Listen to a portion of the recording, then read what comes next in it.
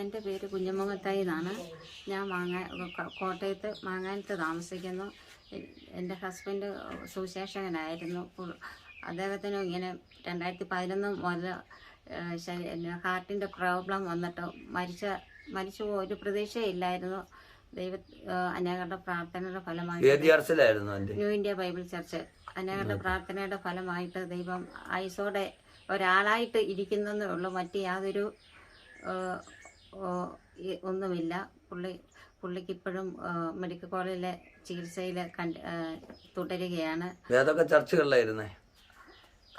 കട്ടപ്പന, ആർപ്പക്കാട്, അടൂര്,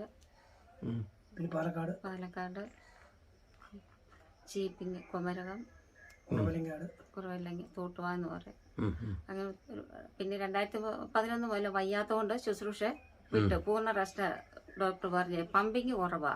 അപ്പം ഇപ്പോഴും ഒരാളായിട്ടേ ഉള്ളു. എപ്പോഴും ശ്വാസം മുട്ടും ഇത് കാര്യങ്ങളും ഉണ്ട്. അങ്ങനെ ഇരിക്കുമ്പോഴാണ് എനിക്ക് 2012 ആദ്യം ക്യാൻസർ ആണെന്ന് മനസ്സിലായി. അതിന് ആദ്യം മുഴയെടുത്ത് പിന്നെ രണ്ടാമത് ഓപ്പറേഷൻ പൂർണ്ണമായിട്ട് ബ്രസ്റ്റിനായിരുന്നു. റൈറ്റ് ബ്രസ്റ്റ് ഓപ്പറേഷൻ ചെയ്ത് വളരെ ഞങ്ങൾ സാമ്പത്തികമായിട്ട് വളരെ ബുദ്ധിമുട്ട് എങ്ങനെയൊക്കെ നടന്നു പോയെന്ന് ഞങ്ങൾക്ക് തന്നെ അറിയത്തില്ല. അതുപോലെ ഞങ്ങൾ കഷ്ടതയിലും പ്രയാസത്തിലുമായിരുന്നു. അങ്ങനെയെല്ലാം പിന്നെ എനിക്ക് ഞങ്ങൾ രണ്ടുപേരും രോഗികളായിട്ട് മരുന്നിന് തുടർന്ന് എനിക്ക് കഴിക്കാൻ പറ്റാത്തതിന് 10 വർഷം നീണ്ട മരുന്ന്. ആദ്യം 5 വർഷം ഞാൻ പൂർത്തീകരിച്ചില്ല. 2.25 വർഷത്തോളം ഉള്ളു ഗുളികയൊക്കെ കഴിച്ചുള്ള. പിന്നെയും 10 വർഷം കൂടെ എഴുതി തന്നു. 10 വർഷം കഴിച്ചാൽ ഉണ്ടാകുകയില്ലെന്ന ഡോക്ടർമാരുടെ 10 വർഷത്തെ ഗുളിക കഴിക്കാൻ പറ്റിയില്ല. സാമ്പത്തികമായ ബുദ്ധിമുട്ട് പോലെ ക്യാൻസർ എന്നുള്ള അസുഖം വന്നിട്ട് 2.5 വർഷം കഴിഞ്ഞ് പിന്നെ മുടങ്ങി മരുന്ന് മുടങ്ങിപ്പോയി. ഭർത്താവിനെ പുള്ളിക്കും മരുന്ന് വേണം. 12,000 രൂപയുടെ മരുന്നിന്. അപ്പം പുള്ളിയുടെ ആ സ്ഥിതി നമുക്ക് മനസ്സിലായതുകൊണ്ട് നമ്മൾ അങ്ങോട്ട് കെയർ കൂടുതലായിട്ട് കൊടുത്ത് ഞാനങ്ങ് ചെയ്യാൻ എനിക്ക് സാധിച്ചില്ല. അങ്ങനെ ഇരിക്കെ ഇപ്പം രണ്ടാമത് എനിക്ക് കഴിഞ്ഞ ഡിസംബറിൽ ഈ രോഗം കണ്ടുപിടിച്ച് വീണ്ടും രോഗം ഇടത്ത് സൈഡിന് വന്ന് മൊത്തം മാറ്റിയായിരുന്നു. ഇപ്പം ഇടത്ത് സൈഡിന് മുഴ കണ്ട് ഏപ്രിൽ 4-ാം തീയതി എനിക്ക് ഓപ്പറേഷൻ ചെയ്ത് ഇപ്പം ഞാൻ റെസ്റ്റിൽ ആണ്.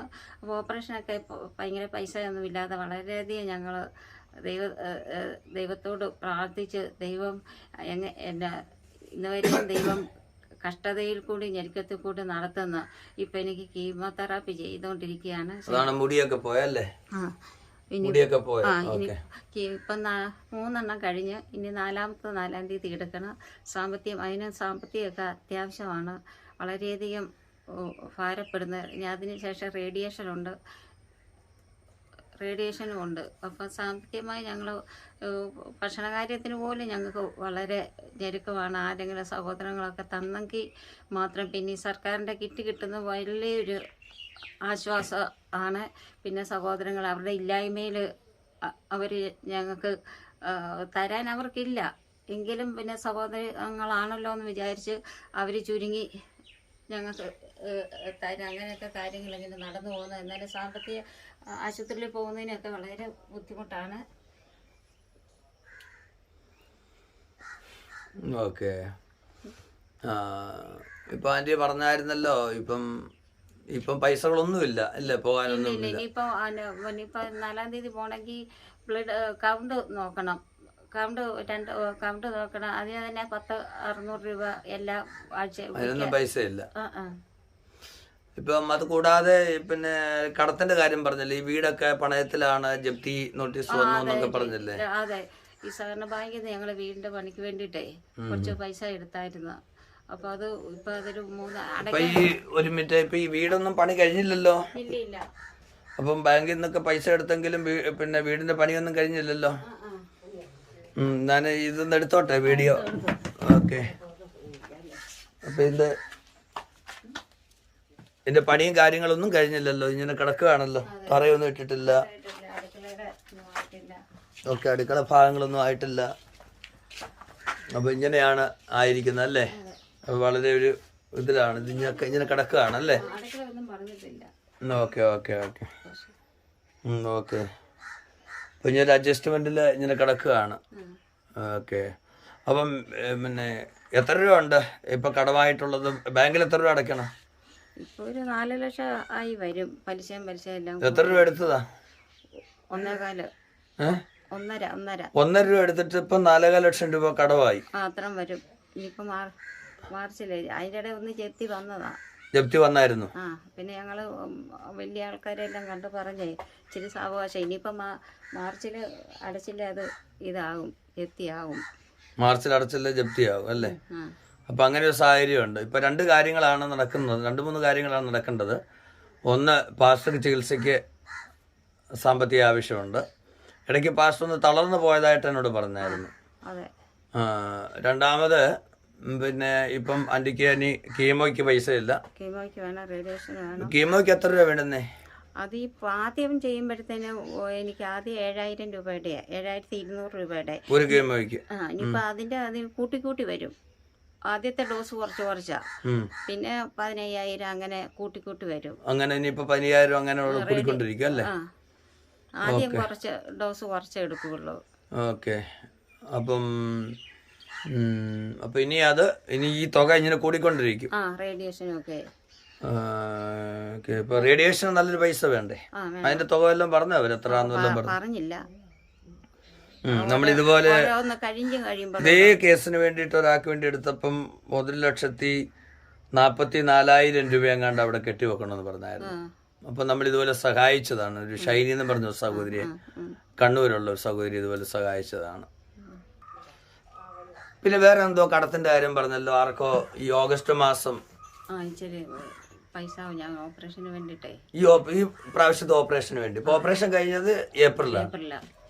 എനിക്ക് അന്ന് ഇത് വരാനും വീഡിയോ എടുക്കാനും ഒന്നും കഴിഞ്ഞില്ല. ഒന്നാമത്തെ കാര്യം ആൻറ്റി ഒരുപാട് പേര് ഇങ്ങനെ വിളിച്ചോണ്ടിരിക്കുകയാണേ. അപ്പൊ നമുക്ക് എല്ലാത്തിനും എന്താ പറയാ, വിളിക്കുന്ന എല്ലാവരെയും സഹായിക്കാൻ കഴിയാത്ത സാഹചര്യങ്ങൾ വരുന്നുണ്ട്.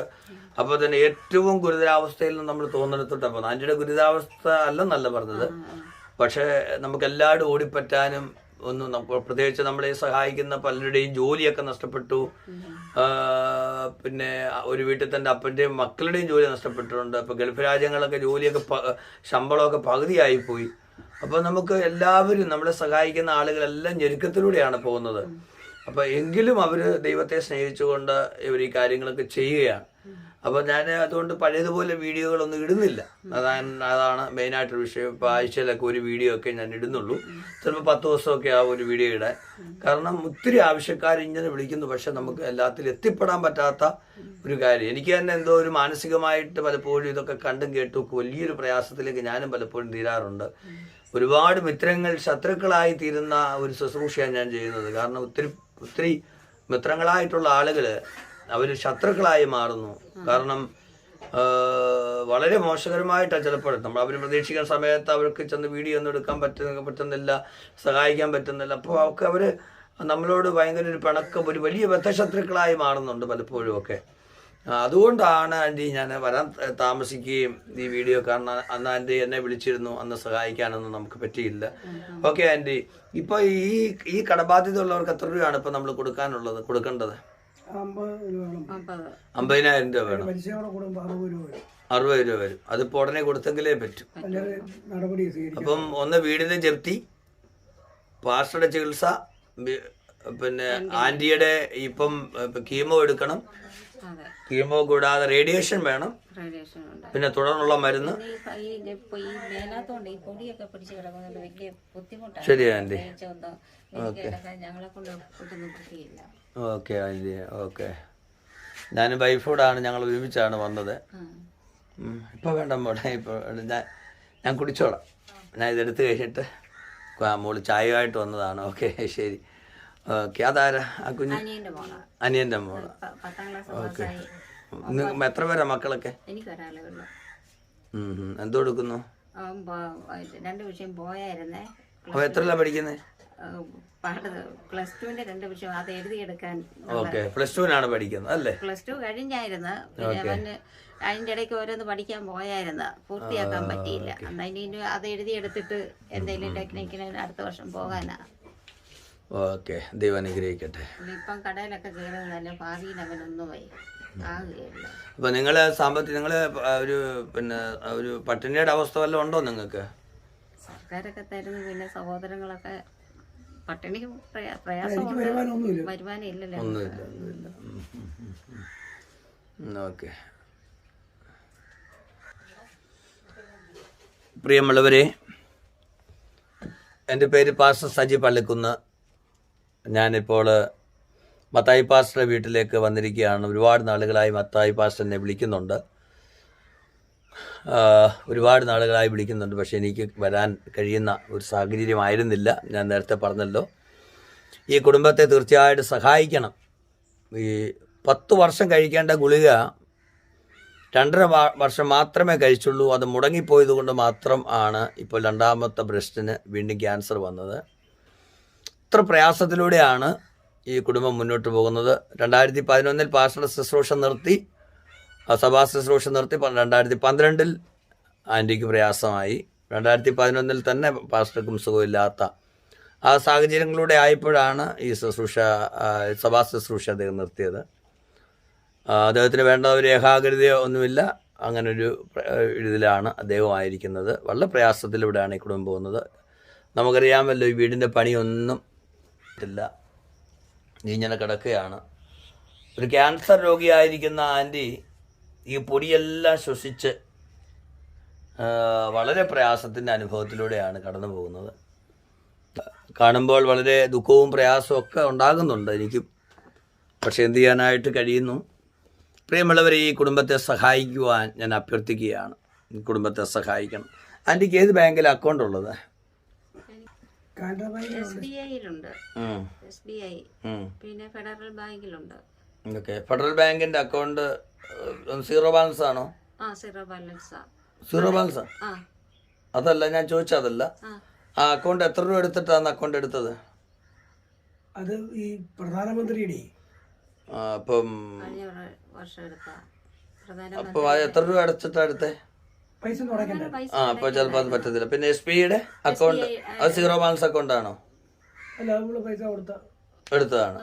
സീറോ ബാലൻസ് അക്കൗണ്ട് ആണെങ്കിൽ പൈസ അയക്കുന്നതിന് ഒത്തിരി ബുദ്ധിമുട്ട് വരും. SBIയുടെ സീറോ ബാലൻസ് അല്ല. ഓക്കെ. ഏതാ ബ്രാഞ്ച്? ആന്റിയുടെ പേരിലാണോ? ഓക്കെ. ആന്റിയുടെ പേരെങ്ങനെ കൊടുത്തേക്കുന്ന ബാങ്കില്? കുഞ്ഞമ്മ മത്തായി. അപ്പം SBI ബ്രാഞ്ച് ഏതാ? മാങ്ങാനം ബ്രാഞ്ച്. അക്കൗണ്ട് നമ്പർ വല്ല ഓർമ്മയുണ്ടോ? ബുക്കുണ്ട്. കുഴപ്പമില്ല. ഓർമ്മയുണ്ടോ? ഇല്ല, ഓർമ്മയില്ല. ഓക്കെ. കുഴപ്പമില്ല. പ്രിയമുള്ളവരെ, ഈ ആൻറ്റിയുടെ അക്കൗണ്ടിൽ തന്നെ പൈസ അയക്കുവാനായിട്ട് അഭ്യർത്ഥിക്കുകയാണ്. കുഞ്ഞമ്മ മത്തായി, SBI മാങ്ങാനം ബ്രാഞ്ച്. ഞാൻ ഇതോട് ചേർത്ത് അക്കൗണ്ട് നമ്പർ ഇതിനകത്ത് എഴുതുന്നതാണ്. നമ്മൾ ഇതിനോട് ചേർത്ത് തന്നെ അക്കൗണ്ട് നമ്പർ പിന്നെ എല്ലാ ഡീറ്റെയിൽസും ആൻറ്റിയുടെ അഡ്രസ്സ് സഹിതമുള്ളത് അതോടെ ചേർത്തിടുന്നതാണ്. ഈ കാര്യങ്ങളെക്കുറിച്ച് നിങ്ങൾക്ക് വിശദമായിട്ട് അറിയേണ്ടതിന് 9745920074 എന്നീ നമ്പറിലോ 93888899 എന്നീ നമ്പറിലോ നിങ്ങൾക്ക് വിളിക്കാവുന്നതാണ്. മൊബൈലിൽ വിളിച്ചില്ലെങ്കിൽ വാട്സാപ്പിൽ ഒരു മെസ്സേജ് അയക്കാൻ ഓർക്കണമേ. ഞാൻ തീർച്ചയായിട്ടും ആ നമ്പറിലേക്ക്, വാട്സാപ്പിലേക്ക് ഞാൻ തിരിച്ച് വിളിക്കുന്നതാണ്. ദൈവം ധാരാളമായി നിന്നിൽ അനുഗ്രഹിക്കട്ടെ. വളരെ വലിയ വിഷമ സാഹചര്യമാണ് നമുക്കിവിടെ കാണാനായിട്ട് കഴിയുന്നത്. ഇതിൻ്റെ മേൽക്കൂര ഒക്കെ കണ്ടോ? ഇതിൻ്റെയൊക്കെ വലിയ ഒരു ബുദ്ധിമുട്ടാണ്. കണ്ടോ ഇതിൻ്റെ മേൽക്കൂരയൊക്കെ? ശരിക്കും പറഞ്ഞാൽ എൻ്റെ കൈ നന്നായിട്ട് എത്തും. ഇവിടെ എല്ലാം പൊട്ടിക്കീറി ഒക്കെയാണ് ഈ കാര്യങ്ങൾ. ഇവിടെ എല്ലാം പൊട്ടിക്കീറിയിട്ടുണ്ട്, തേച്ചിട്ടില്ല. അപ്പം ഇങ്ങനെ ഉള്ള ഒരു വലിയൊരു പ്രയാസത്തിലൂടെ പോകുന്നു. 1.5 ലക്ഷം രൂപ എടുത്തു, പക്ഷേ ഇപ്പോൾ 4 ലക്ഷം രൂപ 4-4.5 ലക്ഷം രൂപ അങ്ങോട്ട് കടമായി. അപ്പോൾ ഇങ്ങനെ വലിയൊരു പ്രയാസത്തിൽ ഞാൻ പിന്നെ അടുക്കളയൊക്കെ കാണിച്ചായിരുന്നല്ലോ ഈ കാര്യങ്ങളൊക്കെ. ഈ വാത്സല്യ കുടുംബത്തെ സഹായിക്കുവാൻ ഞാൻ അഭ്യർത്ഥിക്കുകയാണ്. നമ്മുടെ കരങ്ങൾ കർത്താവിൻ്റെ കരങ്ങളായി തീരട്ടെ. നമ്മുടെ കരങ്ങൾ കർത്താവിൻ്റെ കരങ്ങളായി തീരട്ടെ. കർത്താവ് നമ്മുടെ കരങ്ങളെ ഉപയോഗിക്കുവാൻ ആഗ്രഹിക്കുന്നു. ഇതിനകത്ത് ഇടനിലക്കാരൊന്നുമില്ല. ഇവരുടെ അക്കൗണ്ടിലേക്ക് മാത്രമാണ് പൈസ ലഭിക്കുന്നത്. അതിൻ്റെ ആവശ്യത്തിലധികം പൈസ നിങ്ങളുടെ കടഭാരങ്ങളൊക്കെ വീട്ടുവാനുള്ളൊക്കെ കർത്താവ് തന്നാൽ ആവശ്യത്തിലധികം പൈസ നിങ്ങൾക്ക് ലഭിച്ചു കഴിഞ്ഞാൽ നമ്മുടെ അക്കൗണ്ട് നിങ്ങൾക്ക് വീടിൻ്റെ പണിയൊക്കെ ചെയ്യാൻ ദൈവം ഒരു സാഹചര്യം തന്നു കഴിഞ്ഞാൽ കുറേ കഴിയുമ്പോൾ ഒത്തിരി പൈസ വന്നു കഴിഞ്ഞാൽ നമ്മൾ ഈ വീഡിയോ ക്ലോസ് ചെയ്യും. അതൊന്നും വിഷമിക്കാതെ നമുക്ക് ആവശ്യത്തിനുള്ള പൈസ നമുക്ക് നമ്മുടെ ആവശ്യം അറിഞ്ഞ ദൈവം തന്നാൽ മതി. നമ്മുടെ കടമൊന്ന് വിടണം, ഈ പെരയൊന്ന് കുഞ്ഞുങ്ങളിലെന്ന് പറഞ്ഞാൽ ഒരു മോനേ ഉള്ളൂ. പഠിക്കുന്ന അവൻ +2 പഠിക്കുകയാണ്. ഇനി പരീക്ഷ ഇനി അവൻ എഴുതിയെടുക്കാനും ഉണ്ട് വിഷയങ്ങൾ. വേറെ ഒരു വരുമാന മാർഗവും ഇല്ല. ഓക്കെ, ദൈവം അനുഗ്രഹിക്കട്ടെ. പ്രിയമുള്ളവരെ, കുടുംബത്തെ സഹായിക്കുവാൻ ഞാൻ ഒരിക്കൽ കൂടി അഭ്യർത്ഥിക്കുകയാണ്. ദൈവം ധാരാളമാണെന്നില്ല അനുഗ്രഹിക്കട്ടെ. ഈ ആൻറ്റിയുടെ അക്കൗണ്ടിൽ മാത്രം പൈസ ഇടുവാൻ ഞാൻ അഭ്യർത്ഥിക്കുന്നു. എത്രയും പെട്ടെന്ന് സഹായിക്കണം. കാരണം ആൻറ്റിക്ക് ഇനി കീമോയുടെ വലിയൊരു തുക കണ്ടെത്തേണ്ടതുണ്ട്. ഇനിയിപ്പം അങ്ങനെ കൂടിക്കൊണ്ടിരിക്കും. ഓരോ കീമോയുടെയും ഡോസ് കൂടുന്നതനുസരിച്ച് കൂടിക്കൊണ്ടിരിക്കും. തലയിലെ മുടിയെല്ലാം കൊഴിഞ്ഞു. ഓക്കെ, ദൈവം പൂർണ്ണ സൗഖ്യം നൽകട്ടെ. സാമ്പത്തികമില്ലാത്തതിൻ്റെ വേദന വളരെ വലിയ വേദനയാണ്. കാരണം ഈ പൈസ ഇപ്പം ശരിക്കും പറഞ്ഞു കഴിഞ്ഞാൽ അല്പം സാമ്പത്തികമൊക്കെ ഉണ്ടായിരുന്നെങ്കിൽ, പാസ്റ്ററുടെ ചികിത്സയ്ക്കും പൈസ ആവശ്യമില്ലായിരുന്നെങ്കിൽ, അത്യല്പം സാമ്പത്തികമൊക്കെ ഉണ്ടായിരുന്നെങ്കിൽ, ഈ 10 വർഷം ഗുളിക കഴിച്ചിരുന്നെങ്കിൽ എന്തുമായിരുന്നു, ഈ അസുഖം രണ്ടാമത് വരില്ലായിരുന്നു. ഇപ്പോൾ 2 ബ്രസ്റ്റും മാറ്റിയിരിക്കുകയാണ്. ഇനി ഒരു പ്രയാസം വരാതിരിപ്പാൻ സർവശക്തനായ ദൈവം കാത്തു സൂക്ഷിക്കട്ടെ. ദൈവമക്കൾ പ്രാർത്ഥിക്കുക. ഇത് കഴിയുന്ന സഹായിക്കാൻ കഴിയുന്ന എല്ലാ ആളുകളിലേക്കും ഫേസ്ബുക്ക് വഴി, അതുപോലെ തന്നെ ടെലഗ്രാം വഴി എന്ന് വേണ്ട എല്ലാ നമുക്ക് കഴിയുന്ന മാധ്യമങ്ങൾ വഴി ഇത് ഷെയർ ചെയ്യണമേ, പ്രാർത്ഥിക്കണമേ, സഹായിക്കണമേ എന്ന് ഞാൻ ദൈവനാമത്തിൽ അഭ്യർത്ഥിക്കുന്നു. ഒടുവിലായിട്ട് ആൻറ്റിക്ക് എന്തെങ്കിലും പറയാനുണ്ടെങ്കിൽ ആൻറ്റിക്ക് ഒരു വാക്ക് സംസാരിക്കാം.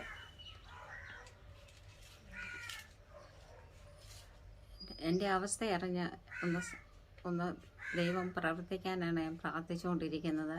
ദൈവമായിരിക്കാം സജി പാസ്റ്റർ ഇങ്ങോട്ട് കുടുംബത്തെ അയച്ചത്. ദൈവദാസിൽ കൂടി ഒരു വലിയ പ്രവൃത്തി എനിക്ക് ചെയ്യുകയാണെങ്കിൽ അത് ഏറ്റവും വലിയ നന്മയായിട്ട് ഞാൻ കരുതുന്നു. അതിൻ്റെ നന്ദി കർത്താവിനും തരുന്ന ദൈവമക്കൾക്കും ഞാൻ എന്നും നന്ദിയും കടപ്പാടും ഉള്ളവളായിരിക്കും. അവർക്ക് വേണ്ടി ഞാൻ എന്നും പ്രാർത്ഥിക്കുകയും ചെയ്യും. അത് മാത്രമല്ല എനിക്ക് പറയാം. എനിക്കതിൽ തിരികെ ഒന്നും കൊടുക്കാൻ എനിക്കില്ല. പ്രാർത്ഥന മാത്രമേ ഉള്ളൂ. എൻ്റെ അവസ്ഥ അറിഞ്ഞ് എന്നെ മനസ്സിലാക്കി എന്നെ ഒന്ന് സഹായിച്ചാൽ കൊള്ളാമായിരുന്നു ഞാൻ പറയുന്നു. അത്രേ ഉള്ളൂ. ദൈവം അനുഗ്രഹിക്കട്ടെ.